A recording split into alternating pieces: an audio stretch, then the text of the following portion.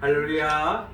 예, 오늘 참 좋은 날입니다. 완연한 이 가을 하늘 아래에 우리는 지금 하나님 앞에 예배를 드리고 있습니다. 우리가 하나님 앞에 예배 드릴 수 있는 것도 하나님의 은혜와 은총인 줄로 믿습니다. 성령의 이끌림 속에 오늘 또 주의 전에 나온 우리 예배를 하나님은 그 무엇보다 검량하고 계실 줄로 믿습니다.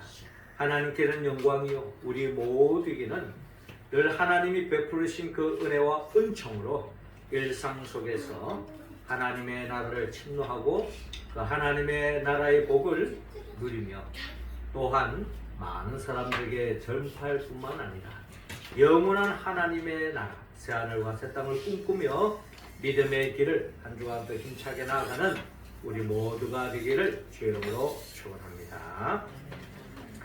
17세기 살았던 영국의 작가 아이작 윌턴은 하나님이 거하시는 곳은 두 곳이다 라고 이야기한 바가 있습니다. 하나님이 거하시는 곳은 두 곳에 있다. 첫 번째는 바로 천국이다. 하늘나라에 가면 하나님이 계신다는 거죠. 당연한 이야기죠. 또 다른 하나는 감사하는 심령이다 라고 이야기한 바가 있습니다. 그러니까 우리의 삶 속에서 우리의 하나님 앞에 감사하는 마음으로 우리가 충만되어 있다면 그 자리가 바로 하나님이 거하시는 하나님이 함께 하는 것이다 라고 그런 이야기를 한 바가 있습니다. 자, 그렇게 본다면 오늘도 우리는 이 자리에 우리가 하나님 앞에 감사하는 마음으로 우리가 추수감사주의를 예배를 드리고 있는데 이 자리가 바로 하나님의 나라인 줄로 믿습니다. 우리 교회가 늘 이 감사하는 마음으로 이 자리에 우리가 충만되어 있다면 이 교회가 또 우리의 삶이 어느 곳에 있든지 그것이 바로 하나님의 나라인 줄로 믿습니다. 우리는 지난 주일에 누가복음 이번 주일에 오늘 나누는 누가복음 17장 11절에서 19절의 말씀은 우리가 잘 아는 이야기입니다. 예수님께서 예루살렘으로 가실 때 사마리아 갈릴리 사이로 지나가게 됐죠. 그때에 한 마을에 들어가니 나병 환자 10명이 예수를 만나서 멀리 서서 그들이 외쳤습니다. 그들이 예수 선생님이여 우리를 불쌍히 여기소서. 한마디로 문둥병에 걸렸기 때문에 나병에 걸렸기 때문에 가족들과 또 사회 공동체로부터 벗어나서 전염이 될까봐 결국에는 동떨어진 삶을 살 수밖에 없는 그들의 모습을 우리가 볼 수 있습니다. 그들은 처지 속에서 예수님이 지나간다는 소식을 듣고 예수 선생님이여 우리를 불쌍히 여기소서 하고 고래고래 소리를 지르면서 구원해달라고 간청하고 있는 그 목소리를 우리는 본문을 통하여 들을 수 있습니다. 그때 예수님이 하시는 말씀이 그들에게 다가가서 제사장들에게 너희 몸을 보이라 라고 말씀하셨습니다. 제사장에게 몸을 보일 수 있는 유일한 길이 있다면 자기의 몸이 난 것에 대한 확신을 가지고 제사장에게 가서 허락을 맡아야만이 다시 사회에 들어갈 수 있고 동네에 들어갈 수 있고 또 가정에 들어갈 수가 있는 것입니다. 그 주님이 제사장들에게 너희 몸을 보이라 하는 이 말씀에 그대로 순종하고 나아갔을 때에 그들의 몸은 이미 나음을 입었다는 것입니다. 믿음으로 나아갔을 때 깨끗함을 입어서 주님으로부터 치유함을 받는 놀라운 역사가 일어났다는 것입니다. 자, 그런데 그 와중에 어떤 일이 벌어졌느냐? 오늘 본문 15절에 보면 그 중에 한 사람이 자기가 나은 것을 보고 큰 소리로 하나님께 영광을 돌리며 돌아와 예수의 발 앞에 엎드려 감사하니 그는 사마리아 사람이라 라고 말씀합니다. 그러니까 10명이 주님 앞에 나음을 입었는데 9명은 다 제갈길로 가버렸어요. 근데 유독 한 사람만이 주님께 와서 엎드려서 감사하는 모습을 우리는 본문을 통하여 볼 수가 있습니다. 근데 그 사람이 다름이 아니라 유대인이 아니라 사마리아 사람이랍니다. 한마디로 감사하지 않을 것 같은 사람이 감사하고 오히려 받은 은혜에 감사할 줄로 생각했던 사람은 제갈 길로 가버렸더라. 이제 이게 오늘 본문의 말씀입니다. 중요한 것은 떠나버린 제갈 길로 간 사람 9에 대해서는 우리는 생각할 필요 없고, 오늘 이 주님의 은혜를 잊지 않고 돌아와서 주님의 발 앞에 엎드려 감사하고 있는 이 사마리아 사람을 우리는 주목해야 할 것입니다. 그때 주님께서 말씀하셨죠. 10사람이 다 깨끗함을 받지 아니하였느냐? 그 9은 어디 있느냐? 이 이방인 외에는 하나님께 영광을 돌리러 돌아온 자가 없느냐 하시고, 그에게 이르시되 일어나 가라 내 믿음이 너를 구원하였느니라 라고 말씀하고 있습니다.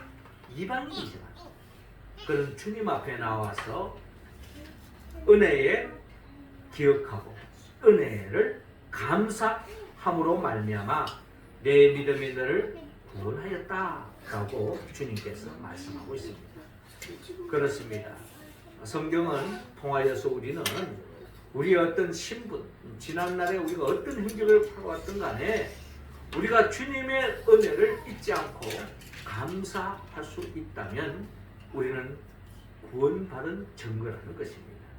구원의 최종적인 열매는 그 은혜를 잊지 않고 감사하는 데 있다라는 것을 우리는 본문을 통하여 헤아려 볼 수가 있습니다. 그리고 이 사마리아 사람이 얻은 이 구원은 단순히 이 문둥병으로부터 나병으로부터 나음을 입는 구원을 뛰어넘어 온전히 하나님이 기뻐하는 하나님의 자녀로서 천국 백성으로서의 삶으로 나아갈 수 있게 되었다. 진정한 복을 받은 거죠. 몸은 또 아플 수 있고 또 다칠 수 있고 또 병들 수 있는 겁니다. 그러나 내 영혼이 구원을 받는다면 성경을 통하여 우리가 헤아릴 수 있는 최고의 복을 얻었다라고 우리는 볼 수가 있습니다. 이러한 사람을 하나님이 가장 기뻐하신다는 것입니다. 우리는 지난 주일에 나누었던 말씀처럼 우리가 예수 그리스도를 믿음으로 말미암아 얻은 복이 있습니다. 주님께서 친히 말씀하셨듯이 인자가 온 것은 잃어버린 자를 찾아 구원하려 함이니라 라고 주님이 친히 말씀하지 않았습니까? 주님이 우리를 잃어버린 우리를 구원하기 위해서 오셨다는 겁니다. 우리는 하나님 앞에서 잃어버린 자입니다. 그리고 우리 자신 또한 잃은 것이 있습니다. 죄 때문에 잃은 게 무엇입니까?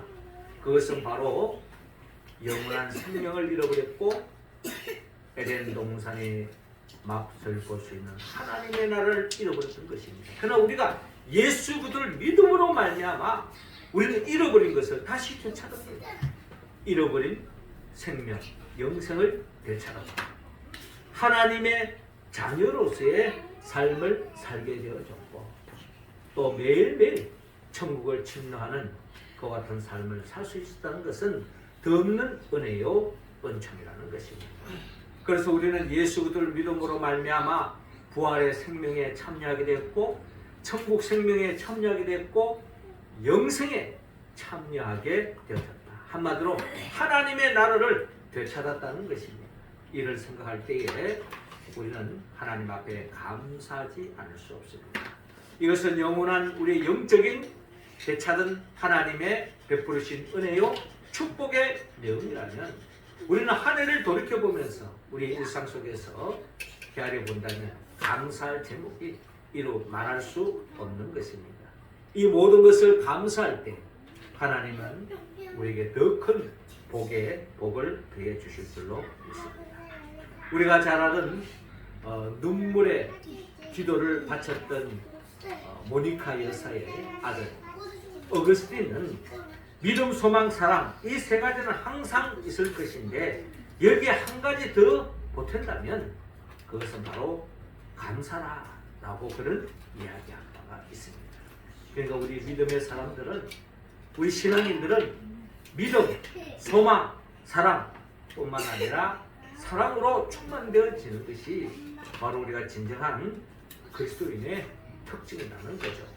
우리가 잘 아는 독일의 신학자 디트리 본헤퍼는 그가 기독교인가 비기독교인가 구별하는 갈림길이 있다면 그 사람이 바로 감사하는 사람이냐 감사하지 않는 사람이냐 이것으로 우리는 나눌 수 있다는 것입니다. 우리의 삶의 자리에서 감사하다면 그 사람 바로 기독교인이다. 감사하지 않는다면 그는 진정한 기독교인이 될 수 없다. 그는 극단적으로 이야기했던 것입니다.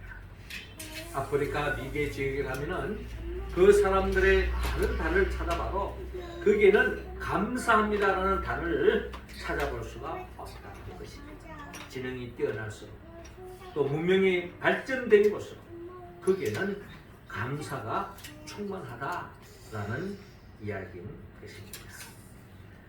카네기는 배운 망덕은 들풀과 같아서 가만 두어도 자라지만 감사는 장미와 같아서 계속 길러야 자라난다 라고 말한 바가 있습니다. 장미만 그럴까요? 우리가 텃밭을 한번 바꿔 보면 텃밭을 바꾸면서 경험하는 것이 하나 있다면 그것은 바로 우리가 무슨 상추를 심는다든지 고추를 심는다든지 또 호박을 심는다든지 뭐종을 심어도 거기에 계속 물을 주고 가꾸지 않으면요 자라나기 아주 힘듭니다. 그런데 아주 황당한 상황을 볼 수 있는 것이 하나 있다는 것이 바로 풀이 자라나는 것을 보면 참 황당합니다. 풀은 뿌리지도 않았는데 풀이 솟아나는 거예요. 그리고 풀에는 물도 주지 않아도 풀은 무성무성하게 자라나는 것을 볼 수가 있습니다. 저는 이제 우리가 이제 겨울을 앞두고 또 추수감사를 앞두고 또 주변 화단을 또 정리하면서 또 옥상에도 또 화분이 있어서 여러 가지 이렇게 바꾸는데 풀들이 얼마나 많이 자라나는지. 근데 그 풀들은 물 한 번 안 줘도 잘 자라나고 있다는 것입니다. 자, 그렇게 보자면 우리 이 변망덕한도 불평, 원망, 불만 이런 것들은 가르쳐 주지 않아도 사람들을 원초적으로 원망과 불평으로 일삼는다는 것입니다. 그러나 감사는 훈련이라는 것입니다. 잘 가꿔야 된다는 것입니다. 우리는 의도적으로 우리는 하나님의 명령에 따라서 감사하는 말을 입버릇쳐 또 작은 데서부터 감사하는 마음을 가지는 것이 우리의 신앙의 훈련에 참으로 중요한 것이라는 것을 알 수가 있습니다. 윌리엄 로우는 최대의 성자는 고행이나 금욕을 하는 자가 아니라 어떤 환경에도 감사하는 자다 라고 그는 이야기합니다. 우리 믿음의 선배 하박국 선지가 어떻게 했습니까? 무화과 나무 이렇게 마르고 포도나무에 열매가 없다 하죠. 외양간에 소가 없다 하죠. 나는 여호와로 인하여 감사한다 하는 것이 하박국 선지자의 고백, 믿음의 사람들의 특징이라는 것입니다. 우리가 잘 아는 욥도 그 삶의 여정에 원망하고 불평거리가 얼마나 많습니까? 그 속에도 원망하고 불평하는 모습을 우리는 눈을 닫고 창세기 내용을 봐도 볼 수가 없는 것입니다. 그런 것 속에서 하나님 앞에 감사하면서 하나님의 섭리를 듣고 나아갔을 때 그는 더없는 하나님의 축복을 받았습니다. 우리가 지난 주일에 우리가 나눴던 그 빌립보서 말씀의 저자인 이 사도 바울도 그는 늘 감사했습니다.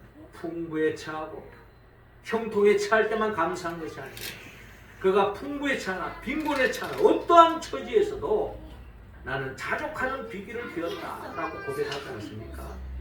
이것을 우리가 본받아야 되겠죠. 물론 제가 이런 설교를 하지만서도 제 삶의 잘 원망하고 불평거리가 얼마나 많은지 이 나라를 바라볼 때에 이 세상을 바라볼 때에 그 누구를 바라볼 때에 우리가 원망 불평거리를 생각하면 끝이 없을 거예요. 그러나 그 속에서 감사 제목을 찾는다면 우리는 또한 충분히 찾을 수 있습니다. 우리가 물컵을 보더라도 이 물이 약 3분의 2가 차 있잖아요.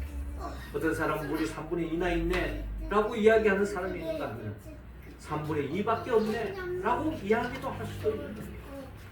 결국 우리가 어떤 상황 속에도 감사할 수 있는 것은 주 안에서 가능합니다.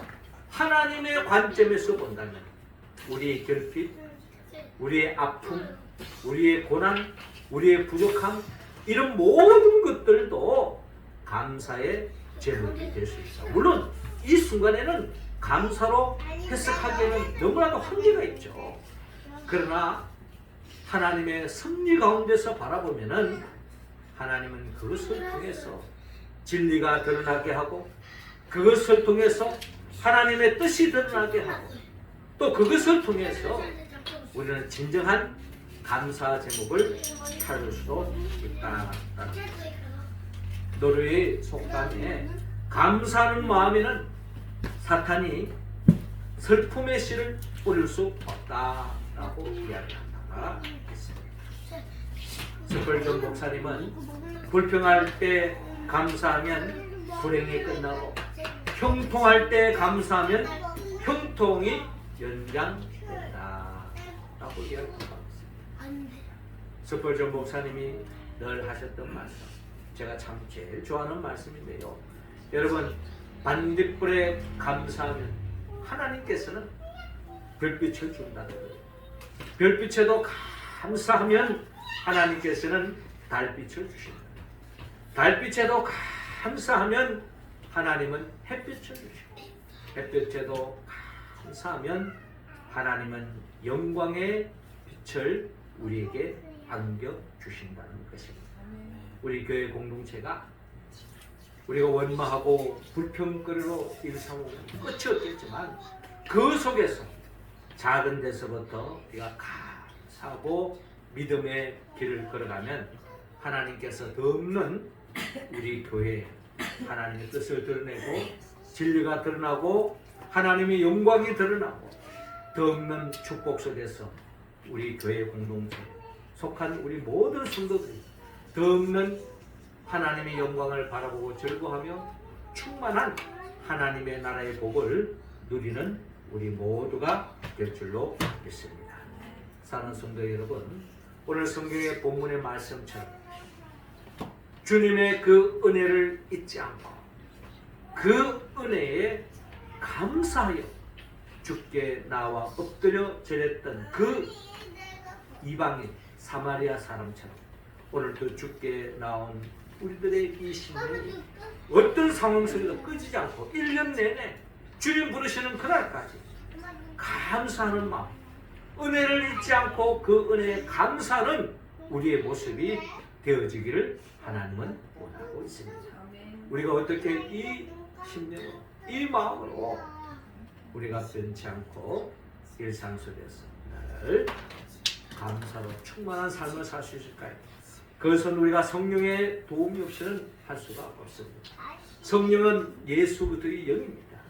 예수님은 우리를 위하여 천지 만물을 창조하시고 에덴 동산에서 영생을 누리기를 원했지만 아담과 하와가 지은 그 죄로 말미암아 결국에는 모든 인류가 영생을 잃고 하나님의 나라를 상실한 채 살아갈 수밖에 없는 우리를 다시 영원한 생명, 하나님의 나라의 기쁨을 안겨주게 하여 주님은 친히 인간의 몸으로 오셨습니다. 그리고 우리의 죄를 대신 짊어지고 십자가에 못 박혀 죽으셨죠. 그리고 죽은 자 가운데 3일 만에 부활하셔서 우리에게 부활의 생명, 또 천국 생명, 영생의 첫 열매가 되어 주신 것입니다. 이로 인하여 주님은 성천하셔서 지금도 하나님 보호자 우편에서 우리에게 보혜사 성령을 주시는데 그 성령의 도움을 입을 때에 우리는 예수 그리스도 안에서 이미 얻은 그 부활 생명, 천국 생명, 영원한 생명을 우리가 영원히 붙잡고 살아갈 수가 있는 겁니다.